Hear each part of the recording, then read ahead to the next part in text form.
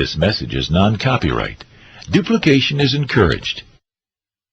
A number of years ago, in a Baptist church in Crystal Palace in southern London, the Sunday morning service was closing, and a stranger stood up at the back, raised his hand, he said, "Excuse me, Pastor, can I share a little testimony?" The pastor looked at his watch, he said, "You've got 3 minutes." And this man proceeded. He said, "I've just moved into this area. I used to live in another part of London. I came from Sydney in Australia. And just a few months back, I was visiting some relatives. And I was walking down George Street. You know where George Street is in Sydney? It runs from the business hub out to the rocks, the colonial area. And he said, a strange little white-haired man stepped out of a shop doorway, put a pamphlet in my hand, and he said, "Excuse me, sir, are you saved? If you die tonight, are you going to heaven?" He said, I was astounded by those words. Nobody had ever told me that.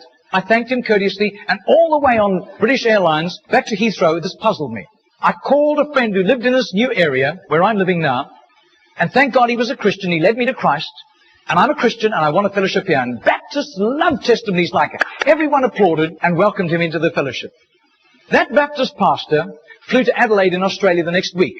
And 10 days later, in the middle of a 3-day series in a Baptist church in Adelaide, a woman came to him for counseling, and he wanted to establish where she stood with Christ.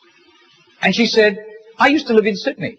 And just a couple of months back, I was visiting friends in Sydney, doing some last-minute shopping down George Street, and a strange little white-haired man, elderly man, stepped out of a shop doorway, offered me a pamphlet, and said, 'Excuse me, ma'am, are you saved? If you die tonight, are you going to heaven?'" She said, I was disturbed by those words. When I got back to Adelaide, I knew this Baptist church was on the next block from me, and I sought out the pastor, and he led me to Christ. So, sir, I'm telling you that I am a Christian. Now, this London pastor was now very puzzled. Twice, within a fortnight, he'd heard the same testimony. He then flew to preach in the Mount Pleasant Baptist Church in Perth. And when his teaching series was over, the senior elder of that church took him out for a meal. And he said, "Mate, how'd you get saved?"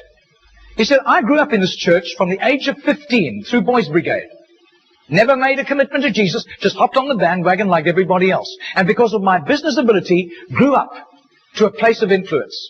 I was on a business outing in Sydney just 3 years ago, and an obnoxious, spiteful little man stepped out of a shop doorway, offered me a religious pamphlet, cheap junk, and accosted me with a question. 'Excuse me, sir, are you saved? If you die tonight, are you going to heaven?' He said, I tried to tell him I was a Baptist elder. He wouldn't listen to me.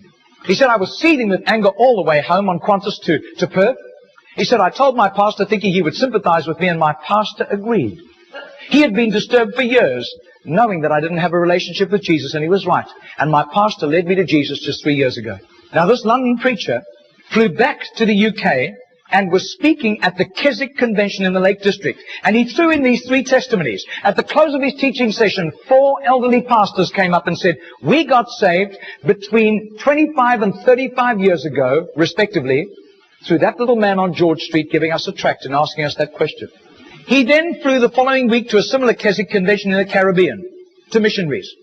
And he shared the testimonies. At the close of his teaching session, 3 missionaries came up and said, we got saved between 15 and 25 years ago, respectively, through that little man's testimony and asking us that same question on George Street in Sydney.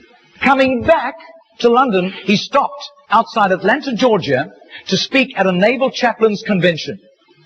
And when his 3 days of revving these naval chaplains up, over 1,000 of them, in soul winning, the chaplain general took him out for a meal. And he said, how did you become a Christian? He said, well, it was miraculous. I was a rating on a United States battleship, and I lived a reprobate life. We were doing exercises in the South Pacific, and we docked in Sydney Harbour for replenishments. We hit King's Cross with a vengeance. I got blind drunk. I got on the wrong bus, got off in George Street, and as I got off the bus, I thought it was a ghost. This elderly, white-haired man jumped in front of me, pushed a pamphlet in my hand, and said, sailor, are you saved? If you die tonight, you're going to heaven. He said, the fear of God hit me immediately. I was shocked sober and ran back to the battleship, sought out the chaplain. The chaplain led me to Christ. And I soon began to prepare for the ministry under his guidance. And here I am in charge of over 1,000 chaplains, and we're bent on soul winning today. That London preacher, 6 months later, flew to do a convention for 5,000 Indian missionaries in a remote corner of northeastern India. And at the end, the Indian missionary in charge, a humble little man, took him home to his humble little home for a simple meal. And he said, how did you, as a Hindu, come to Christ? He said, I was in a very privileged position. I worked for the Indian diplomatic mission. And I travel the world, and I am so glad for the forgiveness of Christ and His blood covering my sin, because I'd be very embarrassed if people found out what I got into. He said, one bout of diplomatic service took me to Sydney. And I was doing some last-minute shopping laden with parcels of toys and clothing for my children, walking down George Street. And this courteous little white-haired man stepped out in front of me, offered me a pamphlet, and said, "Excuse me, sir, are you saved? If you die tonight, are you going to heaven?" He said, I thanked him very much, but this disturbed me.